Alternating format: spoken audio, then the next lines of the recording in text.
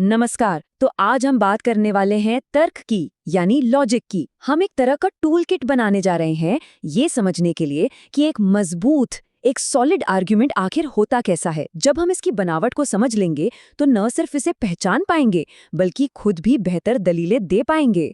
तो चलिए देखते हैं कि आज हम क्या क्या कवर करने वाले हैं। सबसे पहले हम भाषा और तर्क के बिल्कुल बेसिक से शुरू करेंगे। उसके बाद हम देखेंगे कि प्रोपोजिशंस यानी तर्क वाक्य कैसे बनते हैं, उनके 4 मेन टाइप्स कौन से हैं, और फिर इनसे एक पूरा आर्ग्यूमेंट जिसे सिलोजिज्म कहते हैं वो कैसे तैयार होता है। और हाँ, आखिर में हम ये भी देखेंगे कि कोई आर्ग्यूमेंट वैलिड है या नहीं, और इसकी तुलना हम भारतीय न्याय दर्शन से भी करेंगे।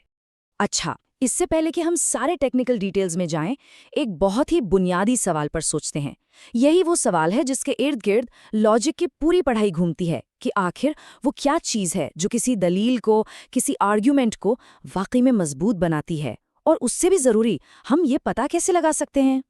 तो इसका जवाब ढूंढने के लिए हमें शुरू करना होगा सबसे पहले और सबसे ज़रूरी चीज़ से, और वो है भाषा। क्योंकि सारी दलीलें, सारे तर्क वितर्क शब्दों से ही तो बनते हैं।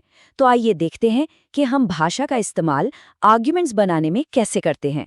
देखिए, लॉजिक में ये माना जाता है कि हम भाषा का इस्तेमाल मोटे तौर पर 3 तरीकों से करते हैं। पहला है इन्फॉर्मेटिव, मतलब जानकारी देना। दूसरा है एक्सप्रेसिव, मतलब अपनी फीलिंग्स या इमोशंस बताना। और तीसरा है डायरेक्टिव, यानी किसी को कुछ करने के लिए कहना, कोई ऑर्डर देना। अब मजे की बात यह है कि जब हम फॉर्मल आर्ग्यूमेंट्स की बात करते हैं ना, तो हमारा फोकस सिर्फ एक पर होता है, और वो है इन्फॉर्मेटिव यूज। यही लॉजिकल एनालिसिस की नींव है, उसका बेस है। क्यों? क्योंकि सिर्फ इन्फॉर्मेटिव भाषा में ही ऐसे दावे किए जाते हैं जो या तो सही हो सकते हैं या गलत। और किसी भी आर्ग्यूमेंट के लिए ये बहुत जरूरी है कि हम उसे सही या गलत के पैमाने पर परख सके। इसके ठीक उलट अगर कोई कहे, वाह क्या बात है, या ये तो कमाल है, तो ये एक्सप्रेसिव यूज है। इसमें एक भावना है, एक इमोशन है। आप इसे सही या गलत नहीं कह सकते, ये बस एक एहसास है। और बिल्कुल इसी तरह डायरेक्टिव भाषा है, जैसे अपना होमवर्क खत्म करो। ये एक कमांड है, एक रिक्वेस्ट हो सकती है। इसका मकसद कोई काम करवाना है। ये भी सही या गलत नहीं हो सकता।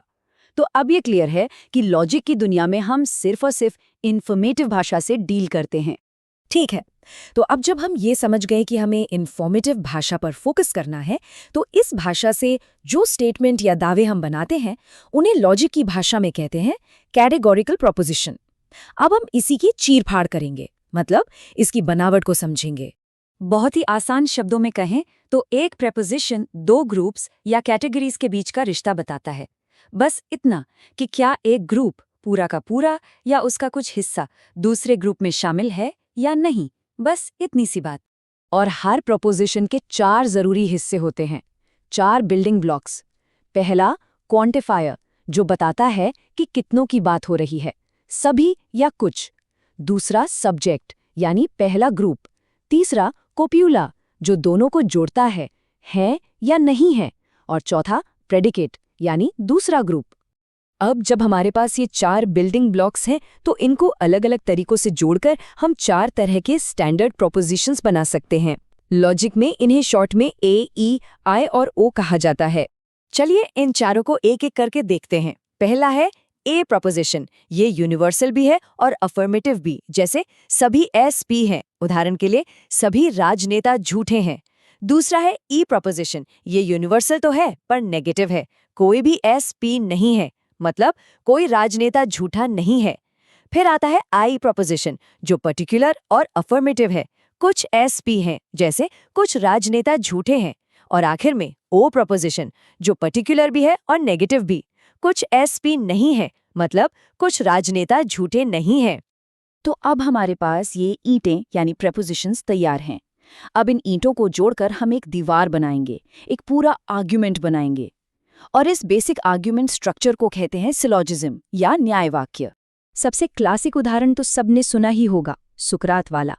पहला प्रेपोजिशन, सभी मनुष्य नश्वर हैं। दूसरा प्रेपोजिशन, सुकरात एक मनुष्य है। और इन दोनों से निकला निष्कर्ष, इसलिए सुकरात नश्वर है। यही है सिलोजिज्म। इसमें हमेशा 2 आधार वाक्य यानी प्रेमिसेस होते हैं और एक निष्कर्ष यानी कंक्लूजन। अब किसी भी सिलोजिज्म को एनालाइज करने के लिए हमें उसमें 3 खास टर्म्स को पहचानना होता है। एक होता है मिडिल टर्म। ये वो कड़ी है जो दोनों प्रेमिसेस को आपस में जोड़ती है, लेकिन कंक्लूजन में नहीं दिखती। फिर होते हैं मेजर टर्म और माइनर टर्म, जो हमें कंक्लूजन में मिलते हैं। यही 3 टर्म्स मिलकर पूरे आर्ग्यूमेंट का ढांचा तैयार करते हैं। चलिए, आर्ग्यूमेंट बनाना तो हमने सीख लिया, पर क्या हर बनाया हुआ आर्ग्यूमेंट सही होता है? नहीं। यहीं पर असली काम शुरू होता है, ये चेक करना कि आर्ग्यूमेंट लॉजिकली वैलिड है या नहीं। और इसके लिए कुछ नियम हैं। अगर हम मैथ्स में जाएं तो सिलोजिज्म के कुल 256 तरह के कॉम्बिनेशंस बन सकते हैं। लेकिन मजे की बात यह है कि इन 256 में से सिर्फ गिने चुने ही लॉजिकली वैलिड होते हैं। इसीलिए इन नियमों की जरूरत पड़ती है ताकि हम सही को गलत से अलग कर सकें। इससे एक तरह की चेकलिस्ट समझिए। कुल 5 नियम हैं। अगर कोई भी आर्ग्यूमेंट इनमें से एक भी नियम को तोड़ता है तो वो इनवैलिड हो जाता है। बस ये नियम एक तरह से गार्ड हैं जो ये पक्का करते हैं कि आर्ग्यूमेंट का स्ट्रक्चर कमजोर न हो। ये टेबल इन नियमों को और अच्छे से समझाती है। देखिए, हर नियम का एक खास काम है। जैसे रूल नंबर 1 ये चेक करता है कि प्रेमिसेस के बीच का लिंक मजबूत है भी या नहीं। रूल नंबर 2 ये देखता है कि कंक्लूजन कहीं ज्यादा बड़ी बात तो नहीं कह रहा। तो ये पूरा सिस्टम एक तरह का क्वालिटी कंट्रोल है जो आर्ग्यूमेंट की मजबूती को परखता है। अभी तक हम जो बात कर रहे थे वो ज्यादातर वेस्टर्न लॉजिक की परंपरा है। पर क्या तर्क करने का यही एक तरीका है? बिल्कुल नहीं। चलिए अब अपना दायरा थोड़ा बढ़ाते हैं और देखते हैं कि भारतीय दर्शन में लॉजिक को कैसे देखा जाता है। खासतौर पर भारतीय दर्शन में एक स्कूल है न्याय। न्याय दर्शन ने लॉजिक का एक बहुत ही गहरा सिस्टम बनाया है जिसका केंद्र है अनुमान। अनुमान का मतलब है इन्फेरेंस, मतलब किसी एक चिन्ह या लिंग को देखकर किसी और चीज के होने का नतीजा निकालना। ऐसा क्यों कर पाते हैं? क्योंकि उन दोनों चीजों में एक व्याप्ति है, मतलब एक ऐसा रिश्ता जो कभी टूटता नहीं। इसका सबसे क्लासिक उदाहरण है पहाड़ पर धुआं देखकर आग का अनुमान लगाना। और यहाँ एक बहुत ही दिलचस्प फर्क सामने आता है। वेस्टर्न सिलॉजिज्म में हमने देखा 3 हिस्से होते हैं, लेकिन न्याय सिलॉजिज्म में 5 हिस्से होते हैं। क्यों? क्योंकि इसका मकसद सिर्फ खुद के लिए नतीजा निकालना नहीं, बल्कि दूसरे को अपनी बात समझाना और मनवाना है। इसीलिए इसमें एक उदाहरण यानी दृष्टांत और उस उदाहरण को मौजूदा केस पर लागू करना यानी उपनय भी शामिल होता है। तो सबसे बड़ी बात क्या है? बात यह है कि चाहे स्ट्रक्चर 3 स्टेप का हो या 5 का, मकसद एक ही है, सबूत से शुरू करके एक भरोसेमंद नतीजे तक पहुंचना। तरीके अलग हो सकते हैं, फिलॉसफी अलग हो सकती है, लेकिन एक साफ और असरदार दलील बनाने की जो कोशिश है वो पूरी दुनिया में हर कल्चर में एक जैसी है। तो इस पूरे विश्लेषण के आखिर में एक सवाल छोड़ जाते हैं। अब जब लॉजिक के ये सारे टूल्स हमारे पास हैं, तो क्या हम अपने आसपास की दुनिया को, रोज की बहसों को ज्यादा क्रिटिकली देख पाएंगे? क्या अब उन दलीलों की कमियों को पकड़ना पहले से आसान होगा जिनमें लॉजिक की कोई गड़बड़ी है?